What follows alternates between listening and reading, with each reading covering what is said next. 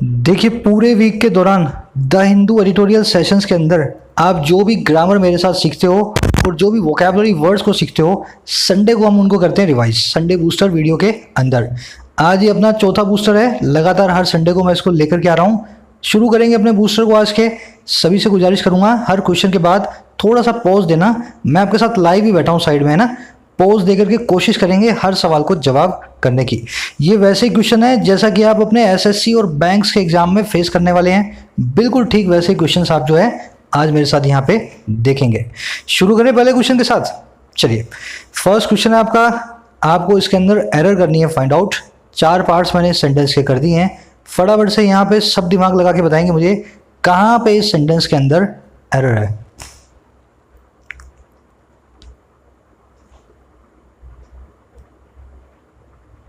चलिए देखो, ये बहुत अच्छा कॉन्सेप्ट है। आपको मैंने बड़े डिटेल से बताया था। ये जो यूज टू है ना, यूज टू, ये अपने आप की बीमारी है, ये है ना। क्यों? इसके 2 पार्ट्स हैं। पहला पार्ट के अंदर, पहला जो इसका फॉर्म है उसके अंदर ये काम करता है एक वर्ब का, और दूसरे के अंदर ये काम करता है एडजेक्टिव का।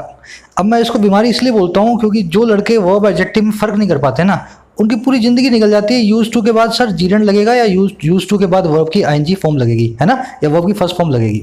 वो कभी समझ ही नहीं पाते हैं सर आधी किताबों में तो हमें जीरन बताया हुआ है, आधी किताबों में वर्ब की फर्स्ट फॉर्म बताई हुई है।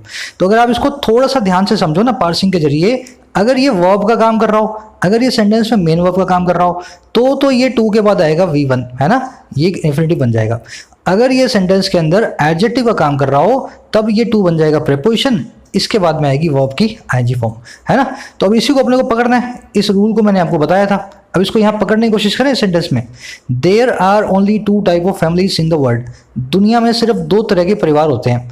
As my grandmother use to sing, जैसा कि मेरी माता जी ग्रैंड मदर कहा करती थी। सेंटेंस का सब्जेक्ट कौन है? एज कंजंक्शन के बाद माई ग्रैंड मदर, है ना। थोड़ी सी भी आपने पार्सिंग सीखी है ग्रामर वीडियोस तो आपको मालूम चल जाएगा कि कंजंक्शन के बाद नया क्लोज शुरू होता है। तो सेंटेंस का सब्जेक्ट होगी ग्रैंड मदर। अब ग्रैंड मदर को एक वर्ब चाहिए ना। वर्ब कौन होगी भाई? यूज्ड। अगर यूज्ड इसकी वर्ब है, यूज्ड मेन वर्ब है, तो मेन वर्ब के बाद में जो टू आ रहा है ये लेगा V1 को, है ना। तो अपने पास क्या होना चाहिए एक्चुअल में? As my grandmother use to say, है ना। अब किसी का ऐसा सवाल नहीं आना चाहिए सर ये से मेन वर्ब क्यों नहीं हो सकती। क्या बना हुआ है? एक नकारा वर्ब, है ना। इन्फिनिटिव जो होता है, इन्फिनिटिव वो कभी भी सेंटेंस की मेन वर्ब नहीं बन सकता। सिर्फ और सिर्फ यूज्ड को ही अपने जो बना सकते थे मेन वर्ब, है ना। सेंटेंस में समझा देता हूँ, अच्छा सेंटेंस है। माता जी मेरी कहा करती थी कि हैव्स होते हैं और हैव नॉट्स होते हैं। हैव्स होते हैं पैसे वाले, हैव नॉट्स होते हैं गरीब। तो माता जी ऐसा कहती थी, दादी माँ, कि दुनिया में दो तरह के परिवार हैं, एक गरीब परिवार और एक अमीर परिवार। चलिए, अब इसको आप समझ ही गए होंगे। यहाँ पे V1 आना चाहिए था, से आना चाहिए था। किसी का सवाल हो सर कब यहाँ पे सेइंग आना ठीक होगा, कब मेरे को पता लगेगा ये एडजेक्टिव है। मेरे भाई अगर इससे पहले बी फैमिली कोई वर्ब आ रही होगी तो ये एक एडजेक्टिव बन जाएगा लिंकिंग वर्ब का, समझ गए ना। एक सब्जेक्ट कॉम्प्लीमेंट पड़ेगा। अगर इससे पहले यूज से पहले आपको कभी भी is, am, are, was, were, be, been दिख जाए तो उसके बाद हमेशा यूज के बाद जो टू है ना वो प्रेपोजिशन होगी, उसके बाद वर्ब की आईएनजी फॉर्म आएगी। एग्जांपल दूं, she is use to sleeping late in the night, they are use to working hard, है ना। She is, they are, is आ रहा है, आर आ रहा है, वॉज आ रहा है, be, was, were, be, being, been कुछ भी आ जाए यूज टू के पहले तो अपने को उसके बाद में वर्ब की आईएनजी फॉर्म को यूज करना है। पहले पूरा फॉर्मूला बताता हूँ, फिर उसके पीछे का लॉजिक बताता हूँ, लास्ट में ट्रिक बता रहा हूँ। ये आपकी ट्रिक। बढ़े आगे, चलो। अच्छे लेवल के क्वेश्चन है, सब ट्राई करेंगे। एक फटाफट से लाइक और एक शेयर देना वीडियो को। अगर नए हो तो सब्सक्राइब करना, ऐसा कंटेंट मैं हर रोज लेकर के आता हूँ। अपना अगला क्वेश्चन है आज का। आपको छोटे से सेंटेंस में एरर को करना है फाइंड आउट। सभी लोग कोशिश करेंगे। 4 पार्ट्स हैं, चौथे पार्ट को नो एरर मान लेना, है ना। लास्ट में मैंने लिखा नहीं है, इसको मान लेना नो एरर। चलो, सिंपल कॉन्सेप्ट है, कई बार समझा चुका हूं। क्या कॉन्सेप्ट है भाई? हार्ड वर्सेस हार्डली का कॉन्सेप्ट क्या है? जो हार्ड है ना, हार्ड, वो हमेशा वर्ब के बाद में आएगा, और जो हार्डली है वो हमेशा वर्ब से पहले आएगा। ये तो है इसकी ट्रिक, है ना। ये क्या है इसकी ट्रिक? ऐसा होता क्यों है सर? इसका रीजन क्या है? हार्ड बताता है कोई काम बड़े मुश्किल से या बड़े जोरों के साथ हो रहा हो। शी स्लैप्ड हिम हार्ड, उसने उसको बहुत जोर से मारा, है ना, एकदम जड़ के मारा उसने तमाचा उसको। She slapped him hard. देखो हार्ड कहाँ आ रहा है? हार्ड की पोजीशन है स्लेप्ट के बाद, स्लेप्ट वर्ब है उसके बाद में आ रहा है, बिल्कुल सही पोजीशन है ना। अगर हार्ड को मुझे पहले लेकर के आना है तो मुझे कैसे बनाना पड़ेगा sentence, he hardly knows anyone in the town. अब इसका मतलब क्या हो जाएगा, देखो हार्ड से हार्डली आ गया किससे पहले, नो नाम की वर्ब से पहले। हार्डली की यही खासियत है, अगर ये इससे पहले आएगा ना उसका मतलब क्या होगा हार्डली का, बड़ी मुश्किल से या ना के बराबर या कभी नहीं, है ना, ना के बराबर या कभी नहीं। तो कह रहा है वो ना के बराबर जानती है किसी को इस टाउन के अंदर, एक भी इंसान को इस शहर में नहीं जानती है। अगर इस सेंटेंस में ध्यान से देखूँ ना तो हार्ड कहाँ आ रहा है, हार्ड आ रहा है भाई सबसे पहले। मुझे सीधे सीधे ट्रिक मालूम है कि हार्ड तो वर्ब के बाद आना चाहिए, तो मुझे क्या करना पड़ेगा, इसको blanket of silence serves hard the governments interest. या दूसरा तरीका क्या है, इस हार्ड को मैं बदल दूंगा हार्डली के अंदर, हार्डली के अंदर, है ना। हार्डली का मतलब क्या होता है, बड़ी मुश्किल से, ना के बराबर।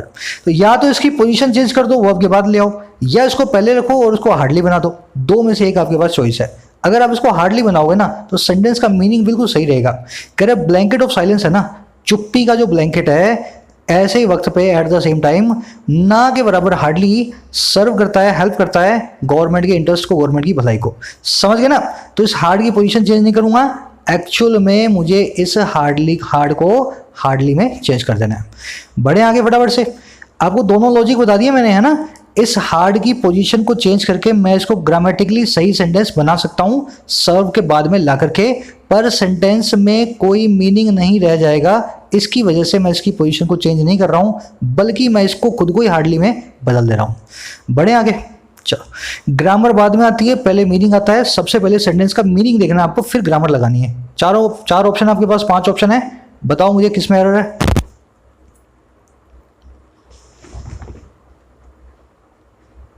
चलो ये तो बहुत ही अच्छा कॉन्सेप्ट है, जिसने एडजेक्टिव की वीडियो देखी है उसको ही मालूम होगा, जिसने नहीं देखी पूरा जोर लगा लो आप। एडजेक्टिव की वीडियो मैंने आपको बताया था, क्या बताया था, जब आपके पास एंड से दो एडजेक्टिव जुड़े हो ना तो कोशिश करना डिग्री दोनों की सेम रखो। अगर दो एडजेक्टिव एंड के अंदर जुड़े हों तो आपको जैसे रखना रखो, पर डिग्री दोनों की सेम रखो। जैसे आप यूं बोल दो, this is better and fast car, ये जो है बेहतर कार है और तेज कार है। अब ये बात गलत हो गई, क्यों, रूल कहता है यार एंड कंजंक्शन जो है ना अपने बाद और पहले एक जैसी चीजें लेती है। इसके पहले नाउन तो इसके बाद में नाउन, इसके पहले एडजेक्टिव तो उसके बाद में एडजेक्टिव, इसके पहले जीरेंट तो उसके बाद में जीरेंट, इसके पहले इन्फिनिटिव तो उसके बाद में इन्फिनिटिव, है ना। एंड की खासियत यही है। अब ये कहता है एडजेक्टिव एडजेक्टिव तो ठीक है, मुझे तो इनके टाइप भी एक जैसे चाहिए। अगर ऐसा करना है ना तो इस सेंटेंस को सही बनाने के लिए इस फ्रेज को मैं बोलूंगा गुड एंड फास्ट कार, या मैं बोलूंगा बेटर एंड फास्टर कार। समझ गए ना, पहले की डिग्री भी कंपैरेटिव, बाद की डिग्री भी कंपैरेटिव, इस तरह से बनता है। अगला देखो, reliable and best friend. Best तो हो गई सुपरलेटिव डिग्री, रिलायबल होगी पॉजिटिव डिग्री। क्या करना है इसको, मैं इसको बनाऊंगा रिलायबल एंड गुड फ्रेंड, या इसको बनाऊंगा the most reliable and best friend. समझ गए मेरी बात को। तो मुझे या तो दोनों तरफ सुपरलेटिव या दोनों तरफ पॉजिटिव डिग्री बनानी है। अब यहां भी वही हुआ है, India's biggest and powerful neighbour. देखो बिगेस्ट तो क्या होता है, सुपरलेटिव डिग्री होती है, पावरफुल क्या होता है, जो है पॉजिटिव डिग्री होती है। या तो मैं इसको बना दूं इंडिया का big, India's big and powerful neighbour, वो भी ठीक है। या मैं इसको क्या बना दूं, India's biggest and the most powerful neighbour. समझ गए ना, दोनों तरफ सुपरलेटिव बना दो तो भी चलेगा, और अगर दोनों तरफ पॉजिटिव बना दो तो भी चलेगा, पर रखना दोनों तरफ एक जैसा है। या तो बोल दो बिग एंड पावरफुल, या बोल दो biggest and the most powerful. अब एक आपसे सवाल है मेरा, जिन लोगों को, जो लोग रिकॉर्डेड देख रहे हैं बाद में, आप लोग मुझे कमेंट में बताना, और जो लाइव बैठे हो वो मुझे अभी बताएंगे। यहाँ पे बिगेस्ट से पहले, यहाँ पे बिगेस्ट से पहले मैंने द क्यों नहीं लगाया, द आना चाहिए ना। सुपरलेटिव डिग्री क्या बोलती है, सर द आना चाहिए। अगर आप इस चीज़ को समझते हैं तो अभी मुझे बताएं क्यों मैंने बिगेस्ट से पहले द को नहीं लगाया। इसमें ये भी अपने आप में एक रूल है ना। चलो मेरे ख्याल से आना चाहिए आप लोगों को, ज़्यादातर लोगों को एडजेक्टिव की सुपरलेटिव डिग्री आ जाए, या कोई भी चीज़ आ जाए जिसके पहले द आ रहा हो। अगर उससे पहले पजेसिव एडजेक्टिव या पजेसिव नाउन हो, हिज, हर, माई, आवर, इस तरह का जो पजेसिव एडजेक्टिव, या इंडियाज, महेश, महेशेज, सोनम्स, है ना, इस तरह का पजेसिव नाउन हो, तो अपने द को क्या करते हैं, ओमिट कर देते हैं। इस केस में द बीच में छुपा हुआ है, हमने उसको लिखा नहीं है क्योंकि यहाँ पे एक पजेसिव नाउन पड़ा था। आगे बढ़े, चलो फटाफट से एरर फाइंड आउट करें। सिंपल सेंटेंस है ये,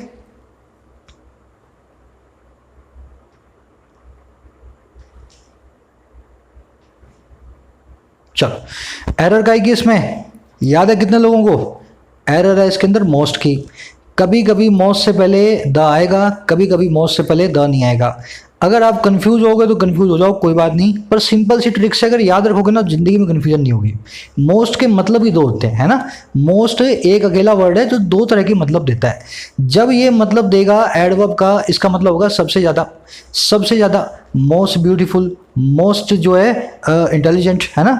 तो इस तरह से जब काम कर रहा हो तब जब ये बन जाएगा एडवर्ब का काम करेगा, एडजेक्टिव की डिग्री बनाएगा सुपरलेटिव वाली, तब तो आप इसको क्या करना, इसके आगे द लगा देना, है ना। The most beautiful, the most intelligent, the most intellectual, है ना।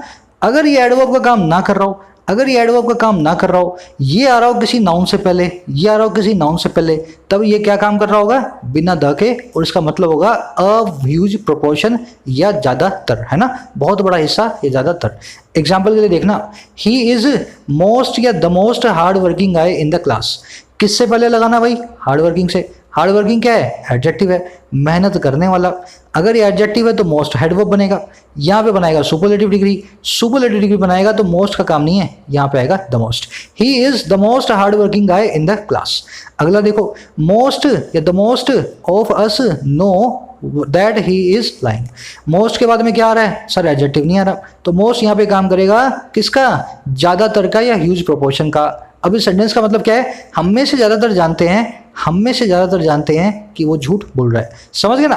तो यहाँ पे मोस्ट है ना, मोस्ट बिना द के आएगा, इस केस में ये वाला गलत है, बिना द के मोस्ट लगेगा। सिंपल लॉजिक के साथ समझ गए ना। अगर इसके बाद कुछ एडजेक्टिव पड़ जाए तो द लगा देना, एडजेक्टिव ना पड़े तो द को निकाल देना। अब देखो यहाँ पे मोस्ट के बाद में क्या आ रहा है, विजिलेंट। विजिलेंट का मतलब क्या होता है, चौकन्ना, है ना, एकदम जो आप कॉशियस होते हो, अपने आसपास जो देखते हो चीज़ों को। अगर ये एडजेक्टिव है तो मोस्ट से पहले द आना चाहिए था। बड़े आगे, ये वाला सेंटेंस हिंदू में देखोगे तो गलत सेंटेंस है, इसमें उसने द नहीं लगाया हुआ था। मैंने आपको एरर के साथ में बताया था अपने न्यूज़पेपर में क्या एरर थी उस दिन, है ना। चलो सभी लोग कोशिश करेंगे, सिंपल सेंटेंस है।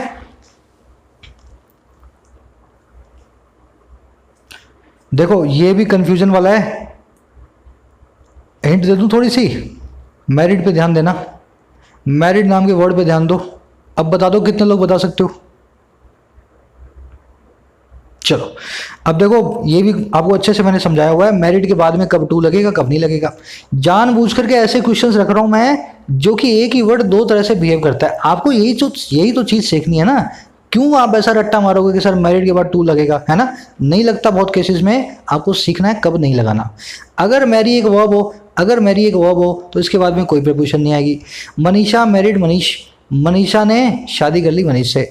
काम कौन कर रही है, मनीषा सब्जेक्ट होगी, मैरी क्या होगी, वर्ब होगी। अगर ये वर्ब है तो टू मनीष नहीं आएगा, मनीषा मैरिड मनीष नहीं आएगा। विल यू मैरी मी, क्या तुम मुझसे शादी करोगे, विल यू मैरी मी, क्या तुम मुझसे शादी करोगी। यहाँ पे मैरी भी एक वर्ब का काम कर रही है, विल हेल्पिंग वर्ब है, यू आपका जो है सब्जेक्ट है, मी ऑब्जेक्ट है। आई एम मैरिंग हर, मैं उससे शादी कर रहा हूँ, आई एम मैरिंग हर, मैं उससे शादी कर रहा हूँ, मतलब मैं उससे शादी करने वाला हूँ। आई सब्जेक्ट, मैरिंग वर्ब है, इसके बाद में ऑब्जेक्ट जो आएगा सीधे सीधे बिना टू प्रीपोजिशन के, समझ गए ना। पर अगर मैरी एडजेक्टिव का काम करे तब तो आपको बीच में टू लगाना है और उसके बाद में बताना है जिससे आपने शादी की, है ना। जैसे Manisha is married to Manish, Manisha शादीशुदा है साथ भाई मनीष के साथ। मैरिड क्या बता रहे हैं यहाँ पे, जैसे Manisha is tall, Manisha is handsome, Manisha is beautiful, Manisha is intelligent, वैसे मनीषा इज मैरिड। मैरिड एक एडजेक्टिव बता रहा है, किससे शादी की, मनीषा ने, टू लगा के मनीष का नाम आ गया, समझ गए ना। Are you married to her, क्या तुम उससे शादीशुदा हो, are you married to her, क्या तुम उससे शादीशुदा हो। मैरिड के बाद में क्या आ रहा है, टू आ रहा है। आई एम मैरिड, सर यहाँ पे भी तो मैरिड एडजेक्टिव है ना, यहाँ पे भी मैरिड एडजेक्टिव है, टू कहाँ क्या। सब लोग जवाब देंगे मुझे, इसी रूल में मैंने आपको बता दिया है। चलो अरे भाई टू ऐसे मत चिपका देना, उसके बाद में जिससे शादी की है उसका नाम होना चाहिए। I am married to her होगा, I am married to him होगा। जैसा भी मैं बोलना चाहूँ मैरिड के बाद में टू लगाऊंगा जब उस बंदे का नाम आएगा, बंदी का नाम आएगा जिससे मैंने शादी की है, समझ गए ना। तो एडजेक्टिव देखते टू मत चिपकाया ना, तब लगाना जब उसका नाम लिखा हो जिससे आप शादी कर रहे हो। तो इस केस में क्या हुआ भाई, a Dalit youth married to his daughter, है ना। दलित यूथ तो जो है इस ऑफ प्रीपोजिशन का ऑब्जेक्ट है, मैरिड यहाँ पे वो बन नहीं सकता, दलित यूथ तो इसका सब्जेक्ट है नहीं, तो मैरिड क्या बनेगा, एडजेक्टिव बनेगा। एडजेक्टिव बनेगा तो उसके बाद में क्या आना चाहिए था, टू आना चाहिए था, समझ गए। चलो करेक्ट सेंटेंस को आपको करना है फाइंड आउट। यहाँ पे आपका रियल है ना टेस्ट होने वाला है, 4 में से 1 सेंटेंस करेक्ट है, फटाफट से उस सेंटेंस को ढूंढ के बताएं मुझे। सिंपल है ना, टेढ़ा नहीं है ज़्यादा, थोड़ा सा कंफ्यूज करने के लिए मैंने ज़्यादा वाले लिख दिए, सब बहुत सारी चीज़ें मैंने इसमें डाल दी हैं। चलो, क्या भाई अपने पास लॉजिक क्या है इस चीज़ का, इस क्वेश्चन को करने का अपने पास ट्रिक क्या है? ट्रिक सीधी सी है, अगर आपके पास 1 of 2 of 3 of 5 of 1000 of million of ऐसा कुछ भी आ जाए, ऐसी कोई भी स्ट्रक्चर आ जाए, ऑफ के बाद में प्लूरल नाउन आएगा। अच्छा सर वर्ब कैसे आएगी? अगर 1 है तो सिंगुलर वर्ब आएगी, 1 के अलावा 2 3 4 5 6 7 9 मिलियन कुछ भी आ जाए तो प्लूरल वर्ब आएगी। ऐसा क्यों होता है? क्योंकि ऑफ बताते, ये स्ट्रक्चर क्या बताती है, मेरे कई दोस्तों में से एक दोस्त, मेरे कई यादों में से एक याद, मेरी कई हॉलीडे ट्रिप में से एक हॉलीडे ट्रिप, मेरी कई किताबों में से एक किताब। समझ गए ना? एक किताब, 2 किताब, 3 किताब, 4 किताब, 5 किताब। तो ऑफ के बाद में कई सारे होंगे तभी ये वाली स्ट्रक्चर यूज होगी। इसकी वजह से ऑफ के बाद में हमेशा क्या आएगा, इन स्ट्रक्चर्स में प्लूरल नाउन आएगा। और इसका सेंटेंस होता है, सब्जेक्ट होता है, उसके हिसाब से वर्ब आती है। सब्जेक्ट अगर 1 है तो सिंगुलर वर्ब आएगी, 2 3 4 5 6 है तो प्लूरल वर्ब आएगी। अब इसको मैं इन चारों में लगा के देखता हूँ। यहाँ पे आ रहा है 1, यहाँ पे आ रही है 2, यहाँ पे 1, यहाँ पे 2। सबसे पहले क्या करना है, ऑफ के बाद देखना है कहाँ कहाँ इसके बाद में प्लूरल वर्ब नहीं आ रही। देखो यहाँ पे क्या आ रहा है, the most important decision making body. भाई बॉडी तो सिंगुलर होती है, ऑफ के बाद में सिंगुलर तो कभी आ नहीं सकता। फर्स्ट वाले को तो अपने यहीं पे हटा देते हैं। सेकंड वाले में क्या आ रहा है, बॉडीज। थर्ड वाले में क्या आ रहा है, बॉडीज। फोर्थ वाले में क्या आ रहा है, बॉडी। फोर्थ वाले को भी निकाल दो, है ना। तो प्लूरल नाउन के हिसाब से देखा, बी और सी सेट बैठेंगे। अब देखो 2 के साथ में प्लूरल वर्ब आनी चाहिए, 1 के साथ में सिंगुलर वर्ब आनी चाहिए, है ना। अब देखो यहाँ पे 1 के साथ में वर्ब आ रही है इज, है ना, इज द सिक्योरिटी काउंसिल। और 2 के साथ में वर्ब क्या आ रही है, are the security council and NATO. Are the security council and NATO. ध्यान से देखोगे तो दोनों सेंटेंस सही है ना। जानबूझ के रखता हूं मैं इस तरह से, एक सेंटेंस करेक्ट नहीं है, एक्चुअल में 2 सेंटेंस करेक्ट है। 2 of the most important multilateral decision-making bodies are the Security Council and NATO, and 1 of the most important multilateral decision-making bodies is the Security Council. C भी सही है, B भी सही है, A गलत है, D गलत है। बढ़े आगे, चलो एरर फाइंड आउट करेंगे। इसमें कैसी एरर है मैंने खुद ने नहीं देखा इसको। चलो आप बताओ, सबके सब कोशिश करेंगे। सिंपल एरर है, बहुत बार कर चुके हैं इस कॉन्सेप्ट को। करें शुरू? चलो भाई बता चुका हूँ ये कॉन्सेप्ट, देखते ही पकड़ आ जाना चाहिए तुम्हारे। कॉन्सेप्ट क्या कहता है? कॉन्सेप्ट ये कहता है ड्यू टू और ओविंग टू। आपको सिंपली, बहुत सिंपली आपको जो है ना इन दोनों के बीच में डिफरेंस कर लेना है। अगर ड्यू टू आएगा तो उसकी जगह कॉज्ड बाय भी आ सकता है। आपको सीधा सा मैंने एक फॉर्मूला बताया था, ड्यू टू जो है ना, ड्यू टू उससे पहले एक नाउन आ रहा होगा, मोटा मोटा उससे पहले क्या आ रहा होगा, एक नाउन आ रहा होगा। और ओइंग टू है ना, ओइंग टू उससे पहले एक वर्ब आ रही होगी। ड्यू टू कब आ रहा होगा? एडजेक्टिव फ्रेज बनाएगा जब इससे पहले कोई नाउन आ रहा होगा या फिर कोई लिंकिंग वर्ब आ रही होगी, is, am, are, was, were, be, be, been, है ना। उस केस में तो ड्यू टू को क्या बना देना, एडजेक्टिव फ्रेज बना देना, ड्यू टू लगा देना। अगर ऐसा कुछ केस ना बैठ रहा हो, अगर ऐसा कुछ केस ना बैठ रहा हो, उस केस में आपको क्या लगाना है, ओइंग टू। अब ध्यान से इसको देखोगे तो because of injuries owing to shelling in Poonch sector. भाई इंजरीज तो एक नाउन है। कैसा नाउन है? कॉमन नाउन है। कॉमन नाउन है, नाउन का काम करता है, तो उसके बाद में ओइंग टू का कुछ काम नहीं है यहाँ पे। तो उसके बाद में एडजेक्टिव फ्रेज बनाने वाला ड्यू टू आना चाहिए था। समझ गए ना? सिंपल सा कॉन्सेप्ट है।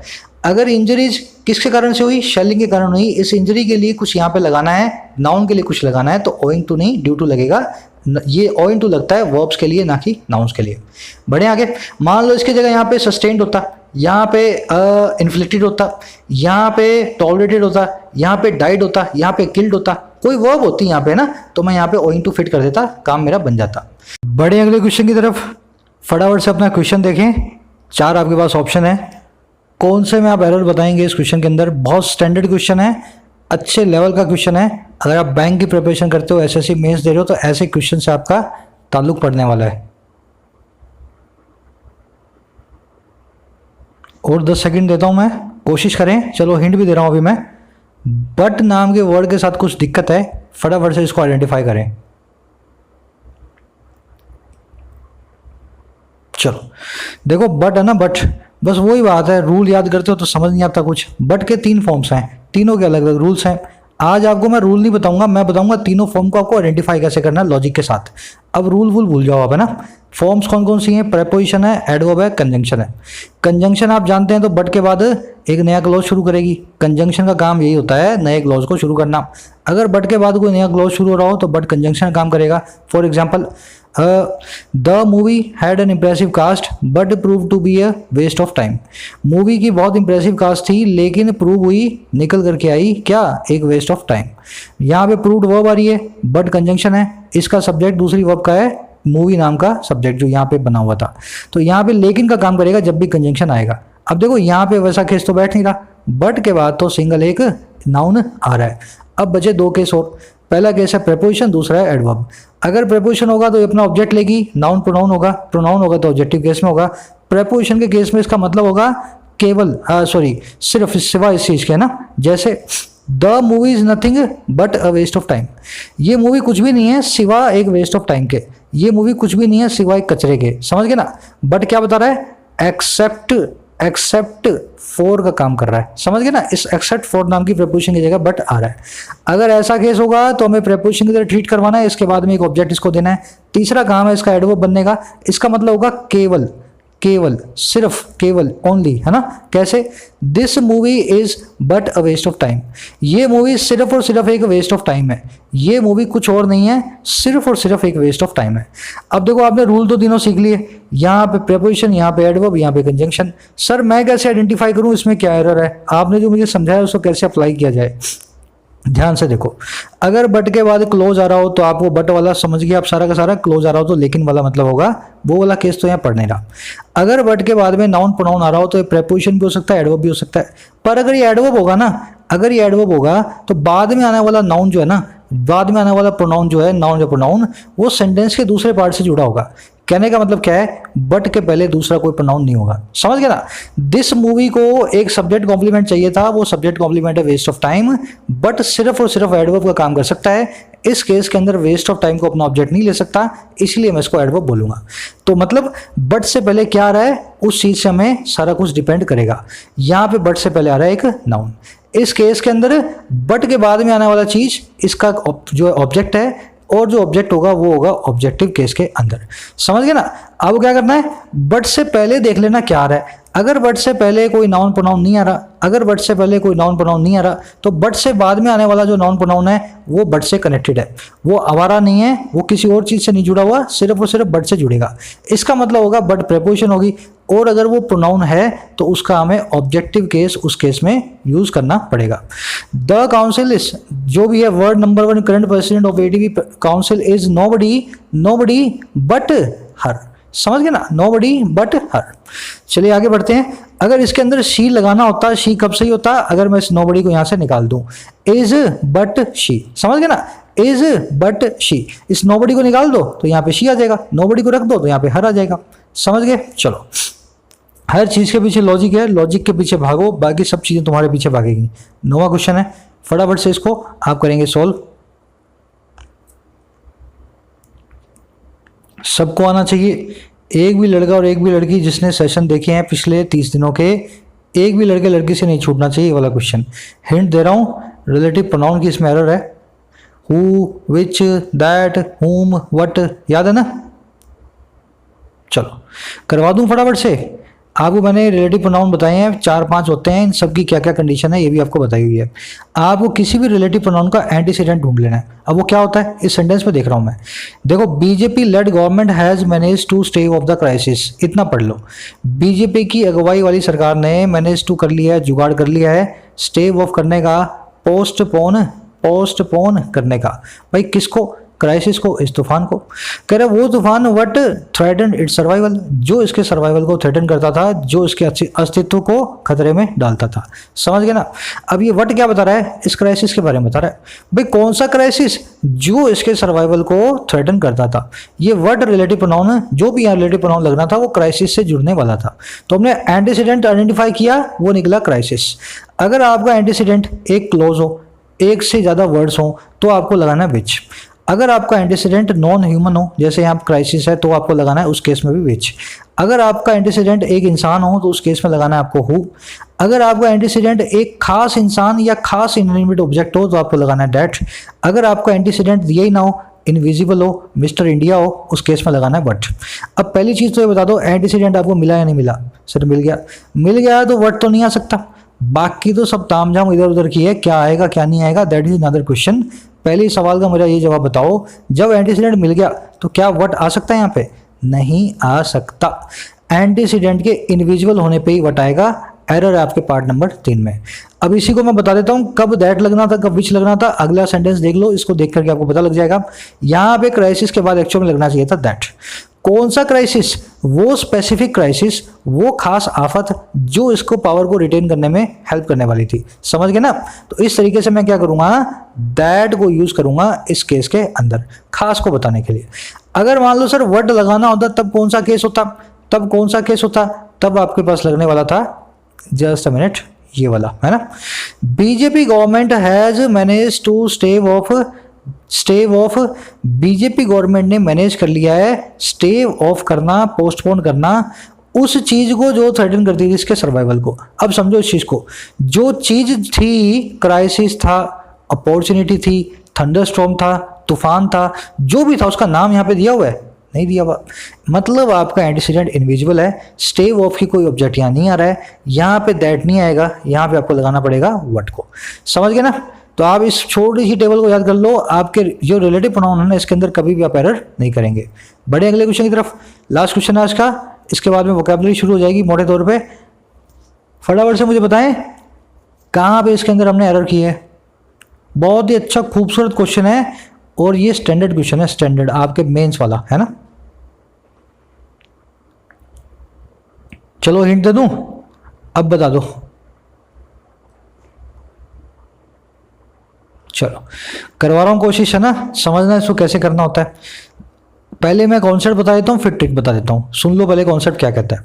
नॉट ओनली के पहले जो होगा, नॉट ओनली के बाद में जो आएगा बट ऑल्सो के बाद में वही आएगा। नॉट ओनली बट ऑल्सो क्या बताते हैं? ना केवल ये बल्कि ये भी। जो नॉट ओनली के बाद में आएगा वही नॉट ओनली के बट ऑल्सो के बाद में आएगा। समझ गए ना? एक टाइप ऑफ चीजें दोनों के बाद में आनी चाहिए। For example, he is not only good at mathematics but also science. वो ना केवल मैथमेटिक्स में गुड है बल्कि वो साइंस में भी अच्छा है। सेंटेंस देखने में बिल्कुल नेचुरल कंस्ट्रक्शन है और 100% रॉन्ग है। समझो इस चीज को। अच्छे अच्छे पढ़े लिखे ग्रेजुएट लड़के नहीं बता सकते इसमें क्या एरर है ना? समझना। अगर यहाँ पे गुड नॉट ओनली के बाद में गुड एट मैथमेटिक्स आ रहा है, गुड एट मैथमेटिक्स आ रहा है, तो यहाँ भी बट ऑल्सो के बाद में गुड एट साइंस आना चाहिए। समझ गए मेरी बात को? नॉट ओनली के पहले बाद में जो आ रहा है ना, बट ऑल्सो के बाद में वही चीज आनी चाहिए। यहाँ पे गुड नाम के एडजेक्टिव से आप शुरू कर रहे हो तो यहाँ भी बट ऑल्सो के बाद में साइंस नहीं, कोई एडजेक्टिव से ही आप जो है आगे बढ़ाएंगे। अब इसको याद करने की ट्रिक क्या है? ट्रिक सीधी सी है। जो चीज नोट, उल्टा पकड़ रहा हूं मैं आपका कान, जो चीज नॉट ओनली से पहले आ रही होगी ना, जो चीज नॉट ओनली से पहले आ रही होगी बट ऑल्सो के बाद, बट ऑल्सो के बाद वो चीज अपने आप से रिपीट हो रही है। For example, he is not only good at mathematics but also he is science. अब देखो ये सेंटेंस गलत है या नहीं है? जो चीज यहां पे आ रही है ना वही चीज बट ऑल्सो के बाद में रिपीट हो रही है। अगर नॉट ओनली से पहले ही इज आ रहा है तो बट ऑल्सो के बाद में भी ही इज आपके लिए अंडरस्टूड है। अब बताओ, ना केवल वो मैथमेटिक्स में अच्छा है बल्कि वो साइंस भी है। अरे वो थोड़ी ना साइंस है, वो साइंस में अच्छा है, इससे तो बन गया साइंस है, ये सेंटेंस बन गया गलत। समझ गया ना? इसलिए सेंटेंस गलत है। इलाज क्या करें देख लो इसको। He is good at not only mathematics, not only mathematics but also he is good at science. अब ये दूसरा ही इज गुड एट कहां से आया? ये मैंने नॉट ओनली से पहले वाला इसके यहाँ पे अज्यूम कर लिया। अब सेंटेंस देखो कितना प्यारा बना। He is not only, he is good at not only mathematics but also he is good at science. समझ गए ना? यहाँ पे ही इज गुड एट लिखना नहीं है, ये अंडरस्टूड है आपके लिए। आपको सिर्फ ये देखना है, यहाँ पे इसके बाद मैथमेटिक्स आया, इसके बाद सीधे सीधे साइंस आया। अब देखो इतना समझ गए तो इसकी प्रैक्टिस करवा रहा हूँ एक और सेंटेंस से, फिर इसकी मेन एरर पे आएंगे जिससे हमें मालूम चलेगा यहाँ पे क्या एरर है। दूसरा सेंटेंस देख लेना। ही deals in not only stock market but also has lot of properties around the world. अगर ये ट्रिक मैं आपको नहीं बताऊँ ना, आप में से 100% लोग बोलेंगे सर इसमें कोई एरर नहीं है। क्या एरर है सर इसमें? ना केवल वो डीलिंग करता है, ना केवल वो बेचता है स्टॉक मार्केट में, स्टॉक मार्केट के अंदर जो है धंधा करता है, साथ ही साथ उसके पास बहुत सारी प्रॉपर्टियां हैं पूरी दुनिया के अंदर। दिक्कत क्या है? फॉर्मूला लगाओ। नॉट ओनली से पहले क्या आ रहा है? ही डील्स इन। ये ही डील्स इन यहाँ भी आना चाहिए। तो अब कैसा बनेगा? He deals in not only stock market but also he deals in has lot of properties around the world. अब देखो बन गया ना अटपटा। He deals in has lot of properties around the world. Deal भी वर्ब आ गई, has भी वर्ब आ गई। काम गलत हो गया। अब इसको सही कैसे करें, देखो, he not only deals in no stock market but also has lots of properties around the world. समझ गए ना। तो यहाँ पे क्या हुआ, नॉट ओनली से पहले मैंने सिर्फ ही को छोड़ा, मैंने नॉट ओनली की पोजीशन को डील्स इन से पहले डाल दिया। इससे क्या हुआ, यहाँ पे बट ऑल्सो के बाद में सिर्फ ही रिपीट होगा। He not only deals in the stock market but also he has a lot of properties around the world. समझ गए ना। अब इतना समझ गए तो अब आप इसकी मेन जो प्रॉब्लम है ना उस पे आओगे। आपने देखा बट नॉट ओनली की पोजीशन चेंज हो रही है, इसको मैं कभी आगे लाता हूँ कभी पीछे लाता हूँ ताकि सेंटेंस सही बना रहे। पर कभी कभी ऐसी पोजीशन बैठेगी नॉट ओनली की कि आपको नॉट ओनली को सेंटेंस की शुरुआत में लाना पड़ेगा, क्योंकि तब आप जो कॉमन बनाना चाह रहे हो ना, ही, जैसे यहाँ पे ही है, दोनों काम करता है, वो स्टॉक मार्केट में भी जाता है और ये काम भी करता है, वो कॉमन होगा ही नहीं। स्टॉक मार्केट में कोई और डील करता होगा और प्रॉपर्टीज दुनिया भर में कोई और जो है होल्ड करता होगा। ऐसे केस में नॉट ओनली को सेंटेंस के शुरू में नहीं, बीच में नहीं, सेंटेंस के शुरू में रखना पड़ता है। तो उस केस में मैं क्या करूंगा, यहाँ देखो, he is not only good at mathematics but also his father is a mathematician. ना केवल वो मैथमेटिक्स में अच्छा है लेकिन उसके फादर भी एक मैथमेटिशियन है। अब देखो यहाँ पे बात हो रही है इसके मैथमेटिक्स की, इसके फादर की, तो इस केस में क्या करना पड़ेगा, मुझे इस नॉट ओनली को शुरुआत में लाना पड़ेगा। Not only he is good at mathematics but also his father is a mathematician. समझ गए ना। इससे क्या होगा, नॉट ओनली से पहले कुछ आ ही नहीं रहा, बट ऑल्सो के पहले बाद में भी कुछ नहीं आएगा, सीधे सीधे मेरा सेंटेंस बिल्कुल ग्रामेटिकली सही बन जाएगा। पर दिक्कत क्या है, ये नेगेटिव एडवर्ब है, शुरू में आ गई तो सेंटेंस को इन्वर्जन करेगी। यहाँ पे मुझे इन्वर्जन करने के लिए लिखना पड़ेगा नॉट ओनली, इसको पहले ले आऊंगा ही के, not only is he good at mathematics. समझ गए ना। इसको कहते हैं सेंटेंस इनवर्जन। नॉट ओनली ऐसी कभी कोई भी नेवर है, सेल्डम है ना, हार्डली है, बेयरली है, स्कैर्सली है, नॉट ओनली है, ये सारी की सारी सेंटेंस के शुरू में आ जाएं तो ये इनका धंधा होता है, ये सेंटेंस को इन्वर्ट कर देती हैं। तो इस तरीके से ये मेरा सेंटेंस बनना चाहिए। अगर आप इतना समझ गए ना, अब इस सेंटेंस में एरर ढूंढो, आपको मिल जाएगी। वॉयलेंस ने क्लेम किया 20 सोल्जर्स को, कह रहा है ये महज थी, was not only triggered by China थी बट ऑल्सो साथ ही साथ ट्रूप्स अभी भी बनी हुई हैं, प्रेजेंट है लद्दाख की टेरिटरी में। दिक्कत क्या हुई, बट ऑल्सो के बाद में ट्रूप्स है और बट ऑल्सो पहले जो नॉट ओनली है उसके बाद में है वॉयलेंस जो कि ट्रिगर्ड बाय चाइना। समझ रहे बात को। तो यहाँ पे वॉयलेंस है और यहाँ पे ट्रूप्स हैं, अलग अलग दोनों सब्जेक्ट आ रहे हैं। तो इस केस में मैं कैसे बनाऊंगा, नॉट ओनली को लाऊंगा शुरू में क्योंकि यहाँ पे वॉयलेंस है, यहाँ पे दूसरा सब्जेक्ट आ रहा है, लद्दाख आ रहा है। तो मैं क्या करूंगा, not only was the violence that claimed 20 Indian soldiers triggered by China but also the troops remain present on the Indian territory in Ladakh. Not only को शुरुआत में लाऊंगा, सेंटेंस को इन्वर्ट कर दूंगा, है ना। तो इस तरह से मुझे यहाँ पे इसको जो है ना सही तरीके से बनाना पड़ेगा। अब देखो ये मेरे को आपको पूरा समझाना पड़ता है, आप मुझे खुद सोच करके बताओ मुझे, क्या मैं तुम्हें ये बता देता कि ये नॉट ओनली यहाँ आएगा तो तुम्हें उससे कुछ फ़ायदा मिलता। आप जनरली इसी चीज़ों की आदी है ना, यूट्यूब पे आपको सीधे सीधे क्वेश्चन बताया जाता है, उसका आंसर बताया जाता है, आपको लगता है वाह वाह मैंने 10 क्वेश्चन सीख लिए आज। घंटा नहीं सीखते आप उससे, कुछ सीखना पड़ेगा तो लॉजिक के साथ। इसलिए मैं पूरी की पूरी चीज़ आपके सामने रामायण पढ़ता हूँ ताकि इस चीज़ को आप जिंदगी भर आप भूलो ना, क्यों नॉट ओनली मैं शुरू में उठा करके लाऊंगा। बढ़े आगे, चलो। अब वोकैबुलरी सेक्शन है, ट्रांसग्रेशन अपना वर्ड है, वर्ड को आप फटाफट से मुझे तोड़ के बताएं, इस वर्ड को कौन सा ऑपोजिट वर्ड आप देंगे इन चारों में से। इन चारों में से ट्रांसग्रेशन का कौन सा ऑपोजिट वर्ड होगा। अच्छे लेवल का क्वेश्चन है, अच्छे लेवल का वर्ड है, ध्यान से सब ट्राई करें।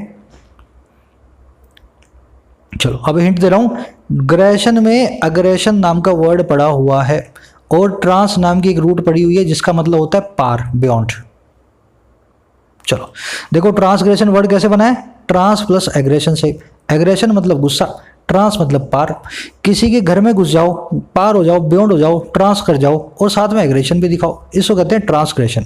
गुस्से के अंदर, आक्रामक फॉर्म के अंदर हिंसक होकर के वायलेट करना, ब्रीच करना, इन्फ्रिंज करना किसी की बाउंड्री में, किसी की प्रिवेसी में, किसी के घर में, उसको कहते हैं ट्रांसग्रेशन। तोड़ के बता दिया वर्ड आपको। अब इसके सारे सिनोनिम एंटोनिम देख लेते हैं।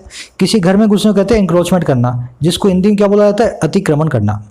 इन्फ्रिंजमेंट किसी के अधिकारों का हनन, किसी के इन्फ्रिंजमेंट का यही होता है मतलब किसी के जो है ना आप अधिकारों के अंदर जो अपनी टांग अड़ाते हो, इन्फ्रिंज करते हो, किसी की बाउंड्री में घुस जाते हो। अब दो वर्ड बचे, रेवरेंस एंड डिफरेंस। डिफरेंस का मतलब होता है किसी को आदर देना, रेवरेंस का मतलब होता है किसी को सम्मान देना। अब ये बताओ ट्रांसग्रेशन के दोनों ऑपोजिट कौन से होंगे, रेवरेंस और डिफरेंस। जो चाइना कर रहा है वो ट्रांसग्रेशन है, जो चाइना घर में घुस रहा है वो ट्रांसग्रेशन है। एनक्रोचमेंट है, इन्फ्रिंजमेंट है, और जो अपना कोई फ्रेंडली कंट्री अपने साथ रखेगा इंडिया के साथ वो होगा रेफरेंस या डिफरेंस, है ना, जैसे भूटान है ना, रेफरेंस या डिफरेंस। ठीक है ना। चलो अगले क्वेश्चन की तरफ बढ़ते हैं। आपको मुझे बताना है चारों में से कौन सा सेंटेंस सही है। एक सेंटेंस शायद ये थोड़ा सा बाद में ले आया मैं ना, वोकैबुलरी इसके बाद शुरू होगी बाकी की। चारों में से कौन सा सेंटेंस सही है फटाफट आप मुझे बताएं। सिंपल क्वेश्चन है।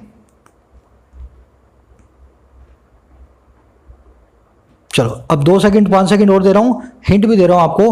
पब्लिक, पॉपुलेशन, पब्लिक, पब्लिक पे जो अपना थोड़ा सा ध्यान खींचे, इन वर्ड्स पे अपना ध्यान खींचे। चलो देखो फॉर्मूला क्या कहता है, 4-6 वर्ड्स हैं अपने पास जो सिंगुलर वर्ब भी लेते हैं और प्लूरल वर्ब भी लेते हैं, पर इनके साथ में अपने प्रीफर क्या करेंगे, सिंगुलर वर्ब को। कौन कौन से वर्ड्स हैं, population, workforce, citizenry, public, community और क्या है, मैन पावर। सब के सब अपने साथ में सिंगुलर और प्लूरल वर्ब को लेंगे। क्या सर इसको याद करने का कोई फॉर्मूला है, भाई रट्टा मारना पड़ेगा इसका, तो इन सबको याद करने का कोई फॉर्मूला नहीं है। अगर आप थोड़ी सी रीडिंग करोगे तो आपको पता लग जाएगा। पॉपुलेशन जो है ना बहुत लोगों के ग्रुप को कहते हैं, वर्कफोर्स मतलब किसी ऑफिस में काम करने वाले लोगों का ग्रुप, पब्लिक भी ग्रुप होता है, सिटीजनरी होता है नागरिकों का ग्रुप, कम्युनिटी होता है लोगों का ग्रुप, समुदायों का ग्रुप, मैन पावर भी किसी जगह पे काम करने वाले लोगों का ग्रुप। तो ये सब के सब क्या है, ग्रुप है, एक ग्रुप की तरह बिहेव करते हैं। जब ये ग्रुप की तरह बिहेव करते हैं तो इनको अपने सिंगुलर वर्ब देते हैं। मोस्ट प्रोबेबली इनको सिंगुलर वर्ब भी अपने को हमेशा देनी है। अब ध्यान से देखो, during this time the public was kept in dark about what was transpiring on the border. इस वक्त के दौरान पब्लिक को डार्क में रखा गया जो चीज़ ट्रांसपायर हो रही थी बॉर्डर पे, जो चीज़ घटित हो रही थी बॉर्डर पे। पब्लिक के लिए क्या मिला, वॉज, सेंटेंस सही है। दूसरे में पॉपुलेशन है, पॉपुलेशन के बाद वर आया, सेंटेंस गलत है। गलत नहीं बोल रहा हूं मैं, एक्चुअल में ये सेंटेंस इंप्रूव किया जा सकता है, पॉपुलेशन की जगह वॉज लगाया जा सकता है। आपको प्रीफर हमेशा पॉपुलेशन जैसे नाउन के बाद में वॉज करना है, सिंगुलर वर्ब को करना है ना, इज, हैज, वॉज को। तीसरा देखो, पीपल के बाद में वॉज आ रहा है। अब ये देखो ये सारे है ना, इनके चक्कर में लोग इन दोनों को भूल जाते हैं। कौन सा, पीपल और जेंट्री। ये पॉपुलेशन, ये पब्लिक के चक्कर में वो पीपल को समझते हैं, ये भी इन्हीं में से एक है, अलग है भाई। ये पीपल के साथ में हमेशा प्लूरल वर्ब आएगी, जेंट्री के साथ में हमेशा प्लूरल वर्ब आएगी। अब पीपल के बाद में वॉज मत लगा देना, ये भी गलत है, ये गलत है, पहला सही है। चौथा क्या है, पब्लिक के बाद में वर लगा हुआ है, पब्लिक के बाद में क्या आना चाहिए, वॉज आना चाहिए, ये भी गलत है। तो सही सेंटेंस कौन सा है, अपना ए नंबर वाला बिल्कुल परफेक्ट सेंटेंस है। इन पांचों में से एक वर्ड आ रहा है, उसके बाद में सिंगुलर वर्ब लगी है। इन दो पे खास ध्यान देना, लोग पब्लिक और पीपल को बहुत कंफ्यूज करते हैं। पीपल के साथ हमेशा प्लूरल, पब्लिक के साथ 99% केसेस के अंदर आपको सिंगुलर वर्ब यूज करनी है। चलो, buck the trend, buck the trend, ये वाले फ्रेज या इडियम जो बोलना आप बोलो, इसका क्या मतलब होता है इन चारों में से। चलो देखो, बक है ना, बक, ये दो तरह के वर्ड हैं। एक तो हिरन के बच्चे को शायद बोला जाता है बक, मुझे अच्छे से याद नहीं है, शायद डियर के बच्चे को बक बोला जाता है ना, हाँ बोला जाता है। ब्लैक बक नहीं था वो जो इसने मारा था सलमान खान ने, तो बक तो हो गया हिरन। वैसे बक हिरन होता है नाउन फॉर्म में, और वह फॉर्म में बक का मतलब होता है किसी चीज़ को अवॉइड करना, किसी चीज़ से दूर दूर जाना, है ना। जब आप बक द ट्रेंड करते हैं ना, तो जिस साइड में ट्रेंड जा रहा होता है उस साइड में आप नहीं जा रहे होते। अगर शेयर मार्केट की सारे शेयर ऊपर जा रहे हैं, आपका शेयर गिर रहा है, सारी मार्केट नीचे गिर रही है, आपका शेयर ऊपर जा रहा है, समझ गए ना। जनरली फाइनेंशियल एडिटोरियल में, बैंकिंग वाले ध्यान देना, फाइनेंशियल एडिटोरियल आर्टिकल्स में आरसी पैकेज जो है ना, उसमें ये वाला फ्रेज यूज होता है, बक द ट्रेंड। जिस तरफ पूरा बाजार जा रहा हो उससे हम उल्टे जा रहे हो तो बक द ट्रेंड कर रहे होते हैं। अब देख लो, to go in the direction of the trend, बिल्कुल उल्टी बात है, डायरेक्शन में थोड़ा ना जा रहे हैं, उसकी ऑपोजिट डायरेक्शन में जा रहे हैं। To go in opposite direction of a trend, बिल्कुल सही है। To start a major trend, to end a major trend, ये दोनों तो आउट ऑफ कॉन्टेक्स्ट हैं, इनका कोई मतलब नहीं है। हम ट्रेंड की शुरुआत नहीं कर रहे, हम तो ट्रेंड के खिलाफ जा रहे हैं, समझ गए ना। तो बक द ट्रेंड का मतलब क्या है, रुझान के खिलाफ जाना, जिस तरफ सब जा रहे हो उससे उल्टा जाना।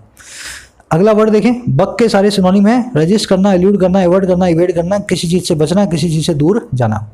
देख लो अगला क्वेश्चन अपना, इनकंसीवेबल, इसका ऑपोजिट आप मुझे बताएंगे। सब कोशिश करेंगे, सिंपल है ये, बहुत मुश्किल क्वेश्चन नहीं है। चलो देखो, सिनोनिम एंटोनिम तो मैंने लिख दिए हैं यहाँ पे, इसको अनफैथमेबल बोल देना है ना, अनफैथमेबल। ये सिनोनिम एंटोनिम तो मैंने लिख दिए हैं, अब वर्ड को याद कैसे करें, कंसीव वर्ड को पकड़ लो। अगर आप किसी बेबी को पैदा करते हैं तब भी आप कंसीव करते हैं, किसी ख्याल को पैदा करते हैं, किसी विचार को पैदा करते हैं तो भी कंसीव करते हैं, किसी प्लान को पैदा करते हैं तो भी आप कंसीव करते हैं। समझ गए ना? कंसीव करना मतलब किसी बच्चे को, किसी प्लान को, किसी ख्याल को, किसी आइडियोलॉजी को पैदा करना। इनकंसीबल कौन सी चीज़ है? जो चीज़ पैदा नहीं की जा सकती। मतलब पैदा नहीं की जा सकती तो उस चीज़ के अस्तित्व पे भी सबको सवाल है। इनकंसीबल वही चीज़ होती है जो चीज़ को बिलीव ना कर सकें या जो चीज़ इम्पॉसिबल हो। इनकंसीबल प्लान, इनकंसीबल टास्क, है ना, इनकंसीबल आइडिया। तो इनकंसीबल मतलब something that is impossible, that is implausible, that cannot be believed, incredible, that cannot be understood, unfathomable। यहाँ पे अन आना चाहिए, यहाँ मैंने लगाना भूल गया हूँ। तो अपने पास सारे सिनोनिम कौन कौन से हो गए? अनफैथमेबल और इम्प्रॉबेबल इसके सिनोनिम हो गए, फैथेबल और क्रेडिबल इसके एंटोनिम्स हो गए। हमारे को एंटोनिम चाहिए था, ए और सी हमारे दोनों आंसर्स हैं। समझ गए? फैथम करना मतलब किसी चीज़ को नापना गहराई में जाकर के, इसीलिए एक कुछ फैथमोमीटर नाम से एक जो है ना डिवाइस होता है, मैं पूरा नाम भूल गया उसका, जिससे समुद्र की गहराइयों को नापा जाता है ना, फैथमोमीटर, ये उसको कुछ ऐसा बोलते हैं ना। वो फैथमोमीटर यही काम करता है, गहराई में जाकर के किसी चीज़ को, समुद्र की गहराई को नापता है। तो इस वर्ड को आप इस तरह से फैथमेबल को याद कर सकते हैं। अगले क्वेश्चन की तरफ बढ़ रहे हैं। नप्शल अपना वर्ड है, फटाफट से मुझे डिस्क्राइब करके बताएं नप्शल वर्ड को कौन सा इन चारों में से बेस्ट डिस्क्राइब करता है।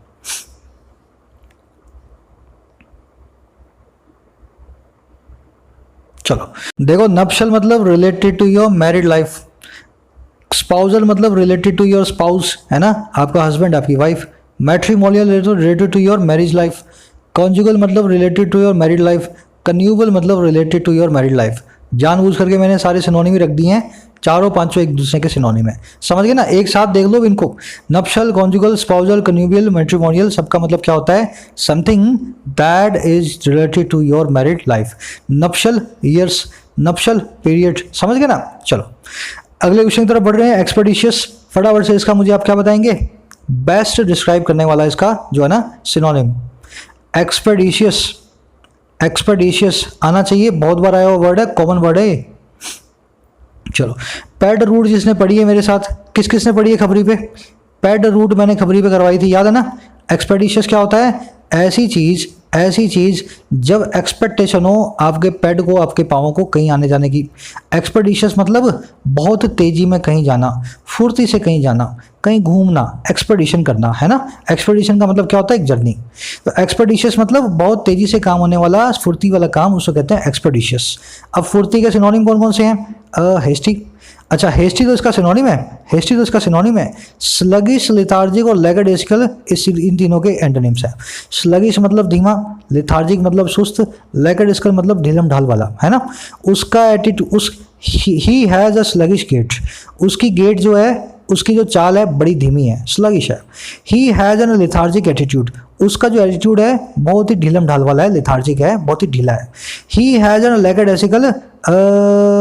लेगडेसिकल स्टाइल ऑफ वर्किंग, वो जिस तरीके से काम करता है ना, बहुत ढीलम ढाल वाला काम है, हर काम को आगे टालता रहता है। समझ गए ना? तो एक्सपेडिशियस के ये भी एंटोनिम है, ये भी एंटोनिम है, ये भी एंटोनिम है, खाली ये इसका बनेगा सिनोनिम, जो कि हमारा आंसर भी होगा हेस्टी। चलो अगले वर्ड की तरफ बढ़ते हैं, है ना। ये सारे मैंने इसके एंटोनिम सिनोनिम लिख दिए हैं। वन वर्ड बताना है आपको मुझे, something that is uneasy to handle, ऐसी चीज जिसको आप हैंडल ना कर पाएं, जिसको आप अच्छे से मैनेज ना कर पाएं, that is called what. One word बताना है इसके लिए आपको। चलो अच्छा क्वेश्चन है, अनविल्डी, विल्डी, ट्रैक्टेबल, एगोसेंट। एगोसेंट कौन होता है? आपकी हर बात मानता हूं, इसको आप डोसाइल भी बोल सकते हो और कंप्लेसेंट भी बोल सकते हो। आपने बोल दिया, इसने मान लिया, एकोमोडेटिव है। ये आपके अनईजी टू हैंडल का बिल्कुल उल्टा है। समझ गए ना? अनईजी टू हैंडल तो आपकी कोई बात मानेगा ही नहीं। एक्वेसेंट तो वो होता है जो आपकी हर बात को मानता है। ट्रैक्टेबल भी वही है आपके लिए जो बड़ा इजीली मैनेजेबल है। विल्डी भी वही है जिसको आप इतने अपने आसानी से अच्छे से जो आप मैनेज कर सकते हो, विल्डी कर सकते हो। विल्डी का उल्टा होता है अनविल्डी। जो something that is not easy to manage, that is not easy to handle is called unwieldy. तो इस केस में हमारा आंसर बनना चाहिए वन वर्ड, अनविल्डी। समझ गए ना? बाकी तीनों तो इसके एंटोनिम है, सिर्फ अनविल्डी बताता है अनईजी टू हैंडल को। चलिए अपना 19 क्वेश्चन है, सेकंड लास्ट क्वेश्चन है, लुक्रेटिव वर्ड है। देखो सिंपल वर्ड है लुक्रेटिव। अब तो सब ट्राई करके मुझे बताएंगे इसका ऑपोजिट इन चारों में से कौन सा है। लुक्रेटिव वर्ड का एंटोनिम चारों में से कौन सा है? चलो जानते हो ना, लुक्रेटिव मतलब प्रॉफिट वाला। जिस चीज़ में बहुत मुनाफा हो, lucrative business, lucrative opportunity, lucrative job, है ना। तो रेम्यूनरेटिव मतलब जिसमें रेम्यूनरेशन मिले, जिसमें प्रॉफिट मिले, जिसमें पैसा मिले, लुक्रेटिव का सिनोनिम हो गया। एडवांटेजियस मतलब जिसमें आपको एडवांटेज मिले, ये भी लुक्रेटिव का सिनोनिम हो गया। प्रॉफिटेबल तो इसका सीधे सीधे सिनोनिम है ही। हमें चाहिए था ऑपोजिट, ऑपोजिट कौन बनेगा? फ्यूटल। इसको फ्यूटाइल मत बोला करो, फ्यूटाइल बोलते हो ना, घर में जो टाइल लगी होती है ना अपने, वैसी टाइल बोलते हो फ्यूटाइल। ये कोई फ्यूटाइल नहीं है, इसको सही प्रोनाउंस करना है, इसको बोलेंगे फ्यूटल। क्या बोलेंगे? फ्यूटल। चलो लास्ट क्वेश्चन है अपना आज का, just a minute.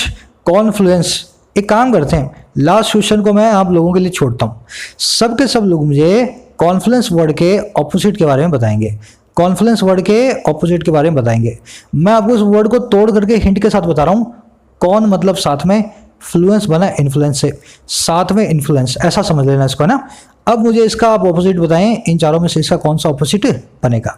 Comment section में डालना, मेरा जवाब आपको वहीं कमेंट से मिल जाएगा। अब बढ़ते हैं आगे फटाफट से। जिन लोगों के मेंबरशिप रिलेटेड क्वेश्चंस हैं, देखो मेरी कोई मेंबरशिप, पेड मेंबरशिप नहीं है, इसलिए मैं अपने ट्यूटोरियल्स के दौरान कभी भी बोलता नहीं हूँ आप लोग इसको ज्वाइन करें। ये एक्चुअली मेरे लिए एक बर्डन जैसा है, इसलिए बर्डन है क्योंकि ये कंटेंट मैं ऐसा दे रहा हूँ जो यूट्यूब पे मैं दूंगा तो चलेगा नहीं। वो इसलिए नहीं चलेगा, किसी को डीप कंटेंट नहीं चाहिए। 1.5 घंटे की वीडियो में पूरी अप्रोच के साथ किसी को सीखना हो, ये हर किसी के बस का नहीं है। इस कंटेंट को मैं यूट्यूब पे नहीं डालना चाहता, है ना। तो इस कंटेंट को मैं ऑफिस से छुट्टी लेकर के अलग से प्रिपेयर करता हूँ। अगर आप सीरियस एस्पायरेंट हैं, ग्रामर वीडियोज़ को देख चुके हैं, एटलीस्ट 15 एडिटोरियल्स देख चुके हैं मेरे साथ, तभी इस कंटेंट के लिए आप जो है अग्री हों, इसको बाय करें। फिर बोल रहा हूँ, कुछ बाय मत करना, ना मुझे एक पैसा चाहिए तुम्हारा, ना तुम्हें अपना पैसा और टाइम जो वेस्ट करना है। अगर आपके अंदर सारा कुछ कर बैठे हो, उसके बाद में सीरियस एस्पायरेंट हो, सीधे सीधे एग्जाम रिलेटेड कंटेंट को चाहते हो, तभी इन जो है ना मेंबरशिप्स को ज्वाइन करना। बता देता हूँ किसमें क्या क्या फ़ायदे हैं। इनमें मिलेगी आपको खास वीडियोस। अभी तक अराउंड 27 ऐसी वीडियोस मैंने पब्लिश कर दी हैं। 27 में से कुछ वीडियोस लवर्स के लिए खुली हैं, अराउंड 15 होंगी या 16 होंगी, 17 होंगी। वीआईपीज और एक्सक्लूसिव जो है, इनके लिए सभी की सभी वीडियोस खुली हुई हैं। इनमें फ़र्क क्या है इन दोनों में? फिर इसमें मिलेगी सिर्फ वीडियो, इसमें मिलेगा मेरा पर्सनल एक्सक्लूसिव जो है कॉन्टैक्ट नंबर व्हाट्सएप का, जिसमें आप अपने डाउट्स और अपनी समरीज मुझे भेज सकते हैं। कृपया करके इसको तभी ज्वाइन करें जब आप ग्रामर वीडियोस को देख चुके हैं। फिर आप मुझे ऐसे ज्वाइन कर लेते हो, फिर मुझे भेजते हो सर ये सेंटेंस का मीनिंग बताओ, है ना। सीता इज गोइंग, मुझे सर समझ नहीं आ रहा। अरे भाई तू पहले देख ले सारी ग्रामर वीडियोस, उसके बाद इसको ज्वाइन करना। टाइम मेरा भी बहुत कीमती है, तुम्हारा भी बहुत कीमती है, ठीक है ना। तो कोशिश करो इन दोनों में से एक ज्वाइन करना। ये तभी ज्वाइन करना जब आपको बहुत जरूरत हो मेरी गाइडेंस की, अदरवाइज 159 रुपये वेस्ट ना करें पर मंथ। अब इनको ज्वाइन करने के लिए आपको क्या करना है, चैनल पे जाना है, YD योर इंग्लिश ट्यूटर, ये आपका चैनल रखा हुआ है। इसके होम पेज पे जाएंगे, होम पे जाने के बाद आप क्या करेंगे, यहाँ पे जस्ट अ मिनट मैं आपको दिखा देता हूँ।